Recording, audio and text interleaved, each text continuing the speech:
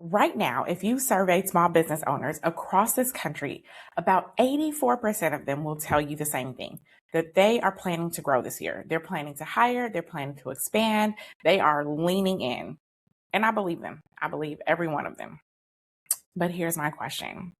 What does that look like? What does that look like? Everyone who's looking at growth is looking at the ground underneath them as though it was the same ground from 5 years ago, the same customer, the same market, the same playbook.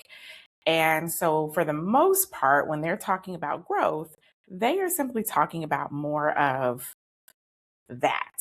But the thing is, the ground is not the same. The ground has moved. It has moved while many of us have been heads down, nose to the grind, trying to keep the doors open. So I want to talk about this today. And I don't want to talk about this from a perspective of trying to scare you or talk you out of growth. None of that. Today, I want to talk about a roadmap of sorts, because growth on a model that was built for a world that has already changed isn't really growth at all. That is where we are exposed, and that is where we are vulnerable. So let's dig into this. Now, if we're just meeting for the first time, I am Jice Johnson, and I sit at the intersection of business, leadership, and global politics. So if this is your kind of room, I would ask you to do me a favor and hit that subscribe button, share this, like this video, comment, dialogue with me. Let's talk, right? Because we're building a little community over here. And so with that, before I dig into my points, two things. One is a little bit of housekeeping, because y'all be trying to come for me.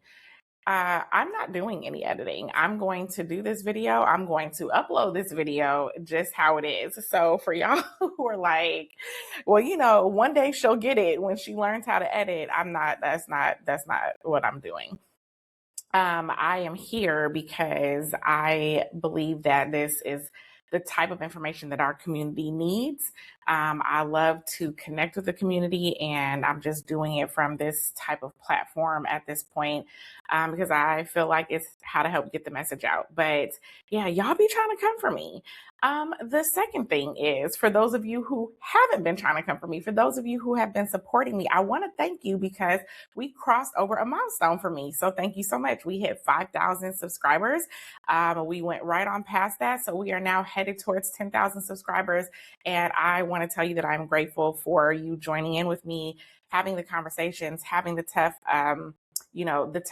conversations that we need to have within our community. So, if you know someone who needs to be joining in on these conversations and the community that we're building here, please do share so that we can grow to 10,000. And I just want to tell y'all that I appreciate you. So with that, I want to dig in, and I want to talk about what is happening, because there's a lot going on, y'all. This board is moving, okay? And that's kind of how I look at business. So I want to talk about 4 things that are moving at the same time, because really, from a business perspective, any one of these things would matter to your business. But when all 4 of them are happening at once, that is a different landscape. So the first is the first shift that I want to talk about is the fact that the market is cooling. Now, I'm going to talk a little bit, some statistics, some data, but just stick with me, because I'm going to bring it back around to how this impacts you and your business. Okay. So forecasters for U.S. growth are saying that forecasters are saying that U.S. growth is slowing, and they are expecting that to continue for the back half of this year. When I'm recording this is July of 2026. And what they're basically saying is that growth is projected to be about 1.25 to 1.75%. Now, 2 things about that. Economists are literally calling this a stall speed. That is quote unquote a stall speed. Okay. But also, this growth is predominantly attributed to AI. So there's this bubble on the horizon. I'm not getting into the bubble today, but just understand that this growth that we're seeing is predominantly attributed to AI. Now, like I said, economists are calling this a stall speed, right? And really what this is basically saying is that disposable incomes are slipping. Consumer spending is showing what they're calling fatigue. So folks are getting tired. Okay. They were trying to keep up. They were trying to hold out. They were hoping things were going to get better. It doesn't feel like they're getting better. And now folks are really starting to try to pull back and try to figure out what they need to do next. They are tired. We've talked about this before. I've talked about this also on my socials, but like we're looking at this K-shaped economy. So again, today I'm not covering the K-shaped economy, but that's really what's happening, right? Like we're living in this kind of two speeds, right? There are businesses that are well off. There are households that are well off. Those are still moving. Those are headed on the upside shape of this K. But the average person, the vast majority of folks are headed on the downside of this K. And so the average person is anxious. They are financially tired. Your customer is being more careful with their dollar than they were earlier this year, certainly than they were last year, and definitely more than they were even just 2 years ago. So that is one shift that's taking place. Now, same time, shift number 2 is capital is tightening. Now, here's an interesting thing is that oftentimes when these reports are coming out, these reports are not talking specifically about demographics, right? So they're kind of broad-based saying this is what's going on. I am always talking about things from a demographic perspective because while we support and service, like my organization supports and services any small businesses, my target focus is on Black businesses. And so I am always looking at this from a lens of how is this affecting our community? So I'm only giving you that additional context because capital has always been tight within our community, but capital is tightening across all the spectrums, right? So, that means that it's super tight for Black folks who are already denied at roughly double the rate of white entrepreneurs. That being said, prime is sitting at about 6.75%. Now, 77% of small business owners are saying that they are worried about their ability to access the capital that they need. So as businesses are thinking about growth, their cushion, their runway for that is getting thinner or getting shorter, right? At a time where they need it to be thicker or longer. So that is the second thing. The third shift is that the customer is changing right from underneath this. Okay. So I feel like this is probably one of the ones that is the most under discussed. I feel like nobody is really talking about this, but we now have 61 million Americans that are over the age of 65. Okay. And what's happening right now is like roughly 12,000 people every day are crossing over into the age of 65 and beyond. This base of consumer, they spend slower. Okay. So I don't know. I'm a millennial. If you are like me, you have boomer parents. Okay. My parents are very slow to spend at this point. They don't understand everything that's going on. They don't like all the technology changes. You know, my mom still insists on shopping with a cashier because she doesn't like the idea that checking her own bags, she believes it's replacing people's jobs. And so therefore, that's not what she wants to do. That mentality, it transfers over everywhere. She doesn't want to use a lot of technology. She doesn't want to send something digitally. She wants to go into the bank, the whole nine, right? And so this base is just spending slower. Now, what's interesting about this is the generation that's coming up behind them, right? So not X, not the generations behind them, not X, not millennials, Gen Z, as in the next wave of spenders, right? So Gen Z is an entirely different demographic, and we're just not talking about it enough because many of us, me included, my daughter is Gen Z. So when I'm looking at these Gen Zs, I'm like, I don't know what y'all's doing. But the truth of the matter is, I actually know some really on point Gen Z. My daughter's not one of them. I don't say that. I shouldn't have said that. But I said I'm not editing this. So it's in here now. I love her. My daughter is not one of the ones who's driving where this is going. But I know some really sharp Gen Zers that are, really crushing it and finding their way. My daughter will find her way one day. That being said, because this is not about her. That being said, the demographics of Gen Z is they're different, and we're just not talking about what that looks like, right? And I know, and that's where I was going with this, is I know that for me, I have done that because I am looking at some of these Gen Zers and I'm like, this can't be real life. But Gen Z is almost half of them are non-white, so they are very racially diverse. They spend on different values, right? They expect more for less. That fits my daughter. And they are projected to drive most of the spending growth for the next decade, right? So your customer, your current customer, is actually aging out. And on the other end, who's replacing them?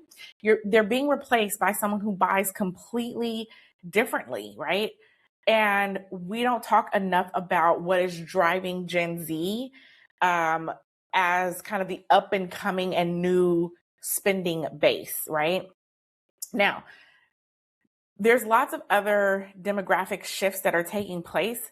But again, the kind of overall shift to be thinking about is that your customer base is shifting. That's important for us to understand as small businesses. Now, the fourth shift is that this global door is continuing to open wider and wider and wider, right? So while I just said in shift number one, our domestic market is cooling, but there are other markets like in the global south and also across the continent, right? And so I've talked about this before. Actually, I've talked about this in my deep dive, as well as on my Substack. So definitely check it out if you want to look for some other articles and things like that where I'm talking about some of this information. But the African Continental Free Trade Area is, it is essentially stitching together the largest like free trade zone in the world, by at least by number of countries. And so, the cross-border opportunities are continuing to expand. And so we're looking at digital commerce, we're looking at mobile payments. All of these things are making it possible for small businesses to sell across borders in ways that simply weren't available before. So this growth corridor is shifting and it's moving. And most American business owners, in particular, most Black business owners, aren't even looking at it. And I want to pause there because if you're on this channel, it is very likely that you are in a certain type of circle. You're looking at certain types of information. So you might not feel like there are not Black businesses that are looking at global opportunities, but I'm telling you that the numbers don't bode out that way, right? And so it's not always just looking at your own personal circle. Like sometimes social media and the algorithms will put us in a vacuum like that, as though everyone is thinking this way. But as someone who works with small businesses all the time, I can tell you definitively by the data also that hardly any Black American businesses are really looking at global trade. But we have to be looking at that. So I dig deeper in that. I dig deeper into these concepts on my deep dives that I do every other week. Those are live, but also I will link this in the description. I did a deeper dive on these market shifts during a live small business roundtable. And so I have the replay up. I just want to tell y'all now, it is a couple hours, it's 2 hours long. And it was a roundtable that was specific to small businesses. And so if you're interested, you can go on to my platform. You could take a look, and I will drop the link somewhere here as well. But it is the type of roundtable where you want to sit down with a notebook and take some notes, right? So this isn't, just a flyby, whatever. This is real information for entrepreneurs, that you can use to apply to your business. So anyway, let me keep going. All right. Actually, I did want to say, I got good feedback on that roundtable, y'all. So do let me know in the comments if you would like me to organize something like that. So even if you haven't listened to it, like, is it of interest to you for me to organize something like a small business roundtable where we can dig into some of this data and how it affects your business and maybe what you should be thinking about or doing with a little bit more detail? Let me know in the comments, and I will. If enough people respond that you're interested, I'll hold you to it and I'll put it together. So yeah. Okay. So now underneath all four of these, right? Cooling markets, tightening capital, shifting demographics, global trade, all of that. We have this very interesting thing, the silver tsunami. Somewhere between 2 and 3 million businesses are going to change hands this decade. I don't want to say something like this decade and then for you to think that you have time. You don't, right? I mean, let's think about this. We are in the second half of 2026, and everyone knows exactly what they were doing when COVID hit and they started shutting down the country. So, and that was 6.5 years ago, right? Like, time be flying, y'all. We don't have time. Over the next decade, there are going to be 2 to 3 million businesses that are going to be changing hands, or those businesses are going to shut down. This is really important. This is due to the boomers retiring, right? Now, 100% of the boomer class will have hit 65 by the year 2030. That is just in 3.5 years, okay? Now, we know they're not all going to be retired in 2030, but they will all be officially at the retirement age by 2030. This is trillions of dollars in assets on the table, and not enough buyers are lined up. Not enough buyers are lined up by far, by any stretch. And so there's a lot that is just like, it's like all of a sudden this just hit us. I don't know why this just hit us. We've been talking about it for a couple of years lightly, but now it's getting ready to be a really big deal. So, as I mentioned from the start of this, there's a lot happening, right? This board is shifting, and this is not theoretical. Like, it's not that it will happen. This is happening right now. Everything that I mentioned is already in the works. But because these things don't just hit like something like COVID did, COVID hit and it had to be this immediate pivot, right? It was like, hey, shut down. And so overnight, businesses were affected immediately, and they had to make this immediate adjustment and immediate pivot. This is not that. This is things that are gradually being put in place, but they are starting to snowball, and the effects are starting to really pick up. So I'm going to say this multiple times. And if y'all are new to me, I'm a teacher at heart. So this is what it is. I'm going to say this a number of times because I believe in repetition, and I'm going to beat this dead horse. I promise y'all. Black people, Black businesses, and Black people, we are always late to the party, y'all. We don't have that type of time. So when I'm saying that these things are happening, this is not like in the future. These things are happening now, and we need to get on the ball with them now.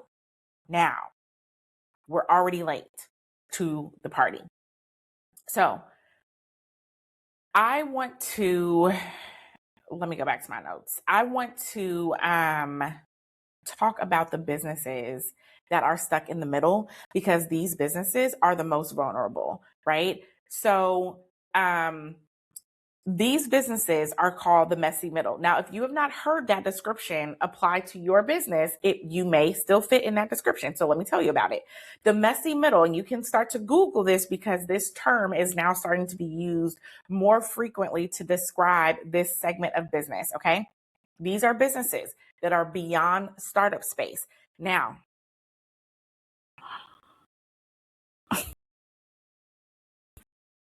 yeah.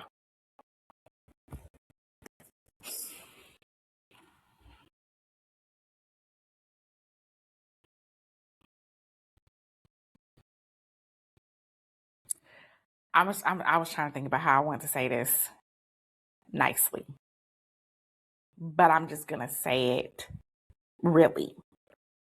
First of all, I'm not talking to startup businesses. If that is you, it does not mean that this information is not useful to you, because there are ways that it will still apply to you, and there are things that you can do with this information. I am talking to the businesses that are in the messy middle. These businesses are beyond startup phase, and these businesses are before enterprise. This means that you have customers, you have revenue, you have a business that you have been able to prove that it works.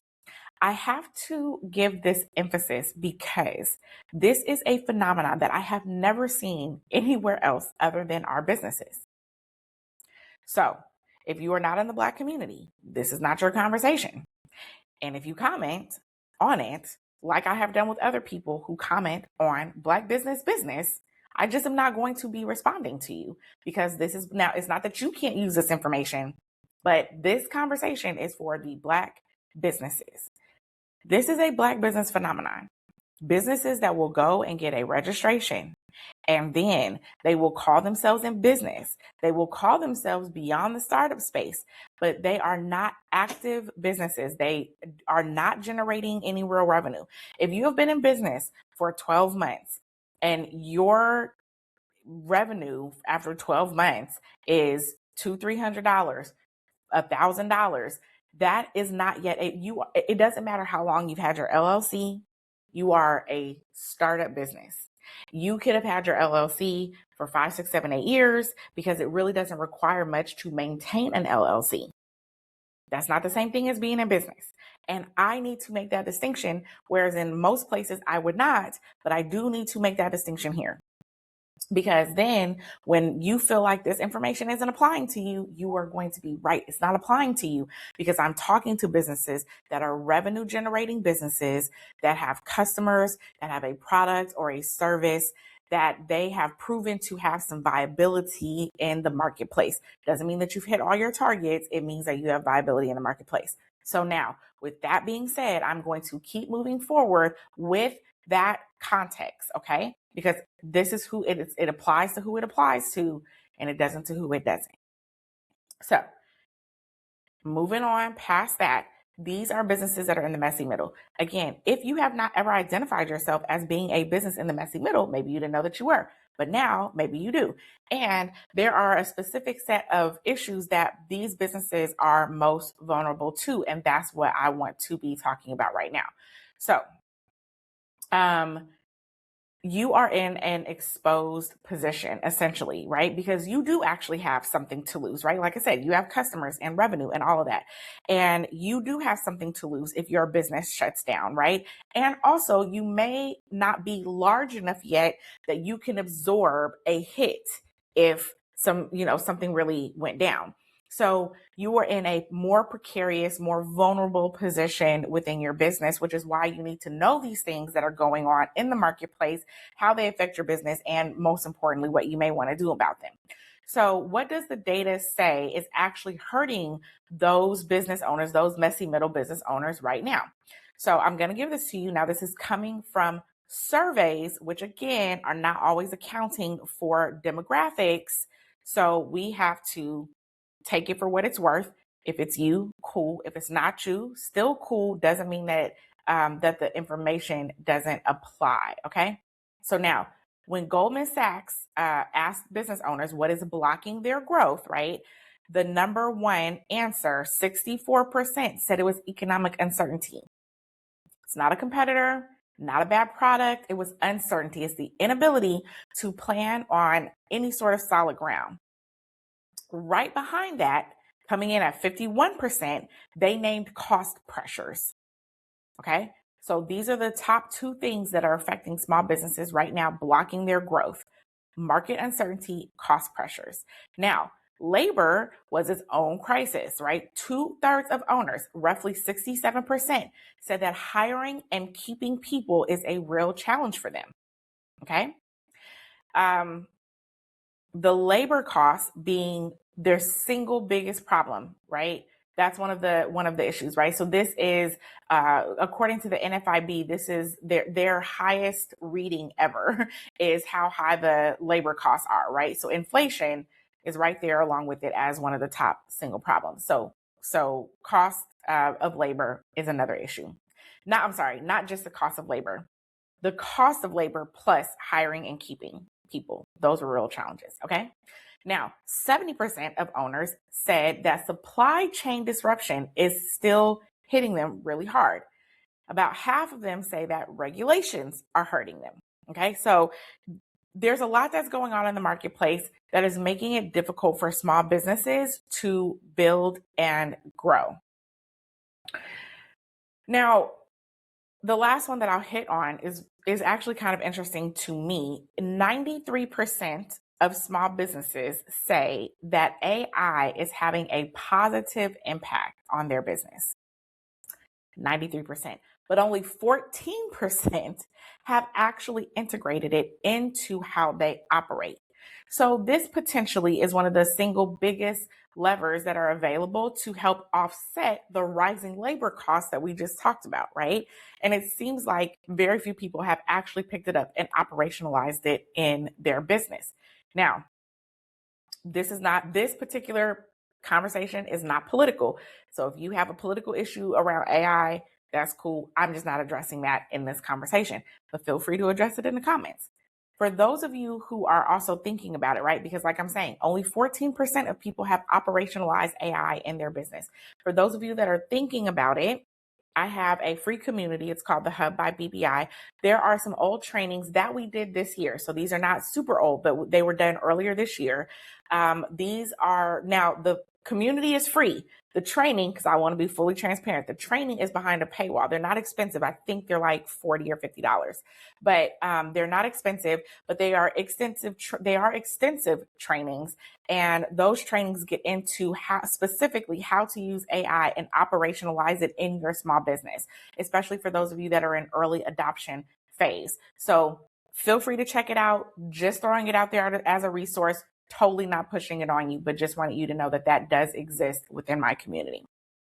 Okay. So let's take all of this together, right? And then let's hold this next to where I actually started off in this video, which is that 84% of these business owners plan to grow this year. Do you see the gap? Do you see the gap? They plan to grow, but the conditions on the ground that they are trying to grow under have moved and have shifted. And most of these business models have not been revised to account for a single one of these shifts. That means that if you have not sat down and cracked open your business model and taken a look at what you have going on in your business, and you have not accounted for a cooling American market, a growing global market, if you have not accounted for businesses that are getting ready to start selling, if you have not accounted for labor costs, if you have not accounted for any of these issues and things that we have just discussed in your business model, you are operating under an old framework. This framework is shifting actively right now. Okay? Big gap, big vulnerability. So I want to help you kind of pull together, like I said, this wasn't like a gloom and doom, you should be worried. This is like, let's talk about a map. Let's map these out to what you should be looking at. Because if you just list them out with like inflation, labor, capital, supply chain, uncertainty, right? It all feels like it's all these separate things, but it really isn't all these separate things. It's really, symptoms of one condition. And that condition is that most of the business models that we have were built for a landscape that simply does not exist anymore. They are built for a customer who's aging out. They were built for a domestic market here in the US that is cooling. They were built for this one single channel, single country kind of situation. So it's not that what you've done is broken. It's that what you've done is expiring. It's expiring. And that world that it was designed for is effectively, it's gone, right? So even if we're seeing the remnants of it, it's gone. So let's talk about the actual cracks, not just the symptoms, right? There are structural cracks, and because we can see them, this is what's going to help you figure out where to shift for your business, right? And so I'm saying these at a high level, very generic. I don't know your business, but these are where I believe we're seeing the cracks. So first, there's the customer crack. If your model was, if your model was organized around the current customer base, this customer base that is aging out, right? There's a different buyer that is taking place, then your base is eroding. Your current customer base is eroding. That's a crack in the business model. There is a margin crack. If your costs are structurally going up, labor, inflation, the supply chain, right? And you are selling to a customer that is fatigued and is tired, who cannot absorb all the price increases, right? Then you're in a space where you cannot cut your way out and you can't price your way out at the same time. This is a crack in your business model. There is a capital crack, right? So if you do not have a lot of cushion to survive any sort of expensive mistakes, right, then your business model is very fragile. Fragile businesses have a really hard time in a tight money market. This is a crack in your business model. There's a concentration crack, right? You have one country, one channel, one type of customer, right? That looked like focus maybe when you were in a growing market, but in a cooling market, what you basically have is a single point of failure. So again, cracks in your business model. There's an operating crack. The productivity tools that could help you offset your labor costs, they exist. They mostly work. They're working to a degree, right? But that's kind of for AI. For anyone who is actively using AI, you know that they do work mostly. But if you haven't operationalized them, right? If you haven't operationalized them, you are carrying costs that maybe you don't have to. So there's a lot of cracks that, really are at the foundational level of your business. And you can't fix the foundation by just trying to work harder on, building up the walls, right? You have to fix the cracks in the foundation. So this is why I'm calling this a map, because every single one of these shifts can really kind of cut in two ways. And we hear about this a lot when we're talking about, what happens, every time that there's a recession, there are millionaires that are made, right? We all hear that. But really what they're really saying is that the same forces that expose an unprepared business also position or opens the door for a business that's positioned well. It's the same forces. It's the same thing that's going on, but two different outcomes. The variable is often if you saw it coming and you made the shifts, or if you allowed the shifts to happen and they took you by surprise and you did not see them coming. Okay. So the silver tsunami, as I mentioned, has these millions of businesses that are going to be looking for buyers, right? We're talking about roadmaps now, roadmaps. Okay. Silver tsunami, millions of businesses are looking for a buyer. To an unprepared owner, right? This is just more competition that's flooding the market. But to a positioned owner, to a positioned founder, to a positioned small business, this could be a chance to buy your growth instead of grinding for it. This could be your opportunity to acquire a business that has already made it through this messy middle stage that you're currently in. And because these deals are coming onto the market like this, there are so many of them are not prepared in the way that they need to. There are a lot of creative ways to be thinking about this. There are sellers that are willing to finance the deal. So position yourself, get in position.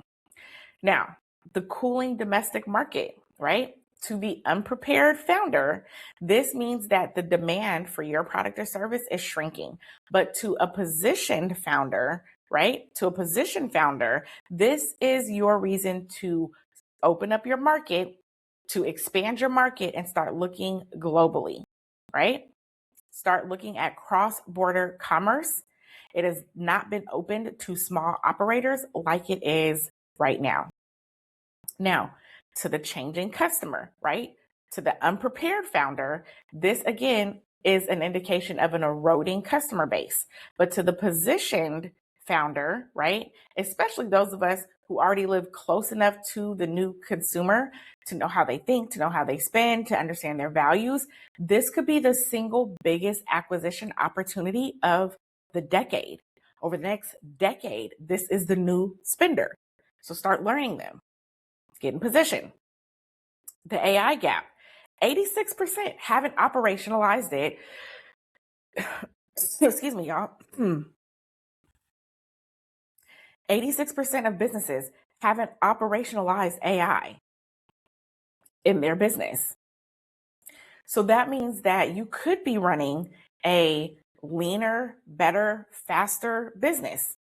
So get in position, right? So what is positioning?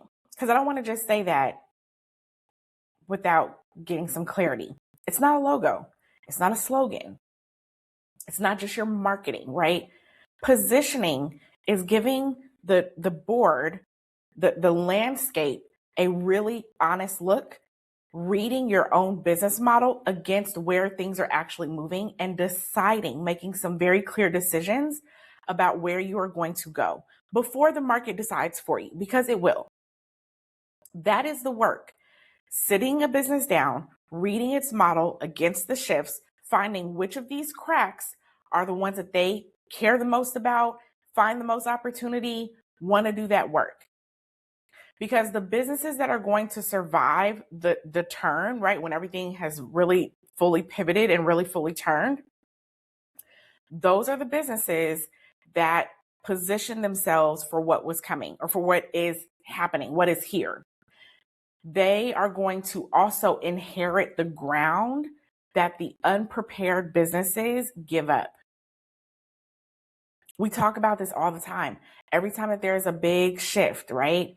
And we see all these folks who walk into the new, millionaire space, or the new multimillionaire space, or the new, lane of successfulness, right? Whatever that looks like. There are all these businesses that didn't make it because they didn't prepare themselves. So here's where I'm going to leave you. The market is not asking whether or not your business is good, right? If you have made it this far, you got something. The market is asking a different question. It is asking if you have built a business that is prepared for this time that we're in. You do not answer that with more effort. You answer that with better positioning.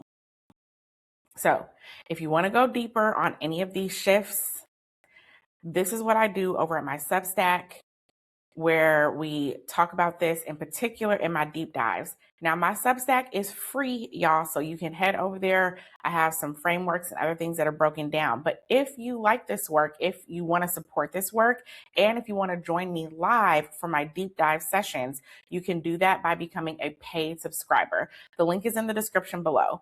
And of course, if this video gave you something to think about, if it helped to change your perspective, the best way that you can support is to like it, is to subscribe, and it is to share it. All right. So thank you. And until next time, y'all, I will see you in the next one.